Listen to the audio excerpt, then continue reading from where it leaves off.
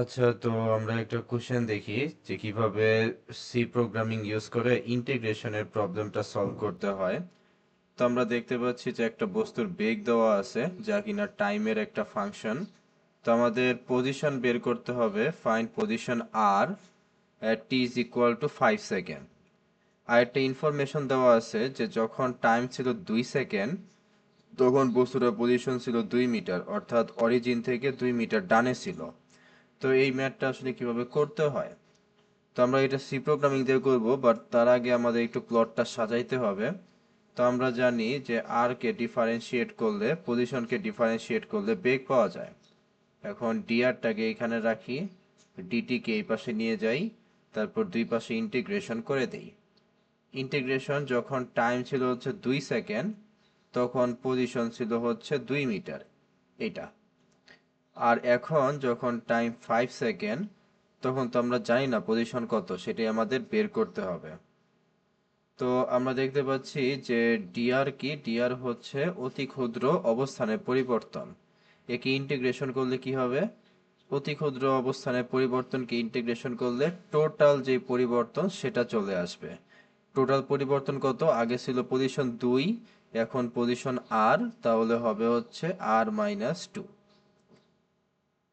আর ডান পাশে তো 2 সেকেন্ড থেকে 5 সেকেন্ড পর্যন্ত ইন্টিগ্রেশন করতেই হবে। এখন ইন্টিগ্রেশন করার মানেটা কি, ইন্টিগ্রেশন করার মানে হচ্ছে সামেশন করা, খুবই এফিশিয়েন্ট একটা সামেশন। অর্থাৎ 2 সেকেন্ড থেকে আমরা সামেশন করা শুরু করব, যত ভি ডিটি আছে সবগুলোকে আমরা যোগ করতে থাকব। তো আমরা কি করব, এই সামেশনটা কত সেকেন্ড থেকে কত সেকেন্ড পর্যন্ত করব, 2 সেকেন্ড থেকে 5 সেকেন্ড পর্যন্ত যত ভি ডিটি আছে সবগুলোকে আমরা যোগ করতে থাকব।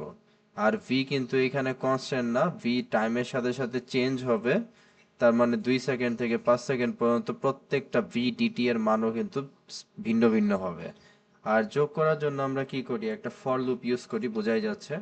তো দেখি ম্যাথগুলো এখানে কিভাবে করা যায়। তো প্রথমে আমি ডাবল টাইপের কিছু ভেরিয়েবল তৈরি করে নিই। তো প্রথমেই বোঝা যাচ্ছে আমাদের একটা ডিটি লাগবে, খুবই ক্ষুদ্র একটা টাইমের পরিবর্তন। তো ধরে নিলাম এটা 0.00001, আপাতত এটি ধরে নিলাম। তারপর আমাদের লাগবে হচ্ছে ইনিশিয়াল একটা পজিশন। তো দেখতে পাচ্ছি এই যে আমাদের যে ইনিশিয়াল কন্ডিশন দেওয়া আছে, ধরে নিলাম এটা হচ্ছে টি নট।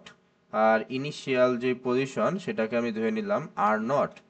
তাহলে টি নট হচ্ছে 2, 2, আর আর নট হচ্ছে 2। এখন আমাদের একটা ফর লুপ লাগবে। সো ফর লুপের, এই ফর লুপের মাধ্যমেই তো আমরা এই সামেশনের কাজটা করব। তো সামেশন কই থেকে কই পর্যন্ত করব, আমাদের লাগবে একটা টি, অ্যান্ড এই টি এর ভ্যালু প্রথমে হবে হচ্ছে টি নট, অর্থাৎ টি নট মানে 2 সেকেন্ড। টি নট থেকে আমরা শুরু করব, টি এর ভ্যালু আমরা বাড়াবো ডিটি করে। সেই লাইনটা লিখলে টাইমের ভ্যালু ডিটি করে বাড়বে। অ্যান্ড কতক্ষণ পর্যন্ত এই ফর লুপটা চলবে, যতক্ষণ পর্যন্ত টাইমের ভ্যালু 5 হচ্ছে না ততক্ষণ পর্যন্ত চলবে। অর্থাৎ কন্ডিশন কি, টি এর ভ্যালু যদি less than or equal to T final হয়। এখানে টি ফাইনালের ভ্যালু কত, টি ফাইনালের ভ্যালু হচ্ছে এখানে 5 সেকেন্ড, কারণ আমাদের 5 সেকেন্ডে পজিশন বের করতে বলছে, তো আমরা 5 সেকেন্ড পর্যন্ত ইন্টিগ্রেশন করব। তো টি ফাইনাল যদি আমাদের টাইম টি ফাইনালের থেকে কম হয় অথবা সমান হয় তাহলে এই ফর লুপটা কাজ করবে, নইলে আমরা এই ফর লুপ থেকে বের হয়ে যাব। আচ্ছা, এই ফর লুপ তাহলে কি করবে, সামেশন করবে। তাহলে সাম নামের আরেকটা ভেরিয়েবল তৈরি করতে হবে, ইনিশিয়ালি এর ভ্যালু আমি রাখলাম 0। এন্ড ভেতরে আমি কি করব, এই সামটাকে আপডেট করব। তাহলে সাম প্লাস